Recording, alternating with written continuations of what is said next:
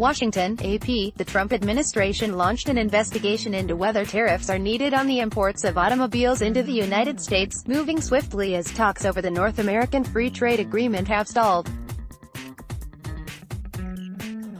President Donald Trump predicted earlier that U.S. automakers and auto workers would be very happy with the outcome of the NAFTA talks. The White House said in a statement Wednesday that the president had asked Commerce Secretary Wilbur Ross to consider whether the imports of automobiles, including trucks, and automotive parts threaten U.S. national security. The president said in the statement that core industries such as automobiles and automotive parts are critical to our strength as a nation. The U.S. remains far apart on the talks over rewriting the trade pact with Canada and Mexico, with the discussions at an impasse over rules for car production. The initiation of the trade investigation could be seen as an attempt to gain leverage in the talks with the two U.S. neighbors. Treasury Secretary Steven Mnuchin has said that efforts to renegotiate the trade agreement could spill into next year. Nearly half of the vehicles sold in the U.S. are imported, with many coming from assembly plants in Mexico and Canada. During a meeting with auto executives earlier this month, Trump said he would push for an increase in the production of vehicles built at U.S.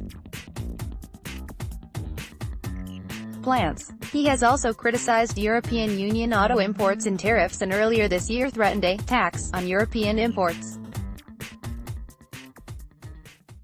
A person familiar with the discussion said the president has suggested seeking new tariffs of 20 to 25% on automobile imports. The person spoke on condition of anonymity and was not authorized to speak about private deliberations. Trump brought a little-used weapon to his fight to protect auto workers, Section 232 of the Trade Expansion Act of 1962. The provision authorizes the president to restrict imports and impose unlimited tariffs on national security grounds. The Trump administration used that authority in March to slap tariffs of 25% on imported steel and 10% on aluminum imports. Until then, the United States had pursued only two such investigations since joining the World Trade Organization in 1995.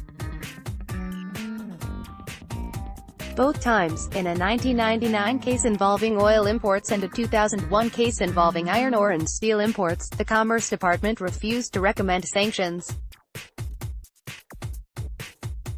Critics fear that other countries will retaliate or use national security as a pretext to impose trade sanctions of their own.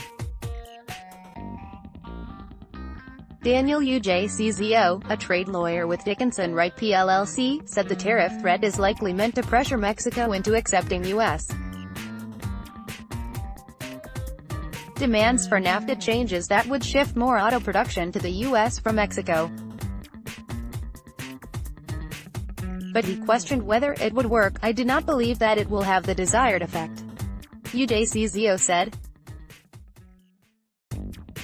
"Everyone knows that the investigation will take too long and has no chance of surviving any legal challenge." Trump offered a hint about the move earlier in the day on the South Lawn, telling reporters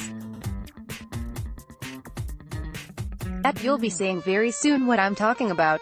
He noted that both Mexico and Canada have been very difficult to deal with during the negotiations. "I am not happy with their requests. But I will tell you, in the end we win. We will win, and we'll win big," Trump said before departing for New York. He said America's neighbors have been very spoiled because nobody's done this, but I will tell you that what they ask for is not fair. Our auto workers are going to be extremely happy. Mexico has so far resisted U.S. attempts to get higher regional content rules in the auto industry and move production to higher-wage U.S. and Canadian factories. The U.S. has also sought to change NAFTA's dispute resolution system, and include a sunset clause that would allow countries to exit after 5 years. The Trump administration has already missed an informal deadline that had been set by House Speaker Paul Ryan to get a revamped deal to Congress in time for lawmakers to vote on it in a midterm election year.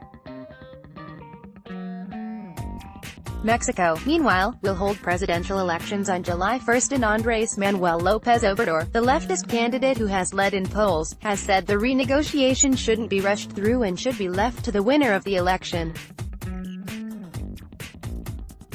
If the negotiators fail to agree to a revamped version of NAFTA, the discussions could be extended into 2019. Trump could also carry out his threat to abandon the agreement that he has long railed against, throwing commerce among the three countries into disarray. Trump has sought to overhaul NAFTA in an effort to return auto production to the United States and reduce America's trade deficit. The U.S.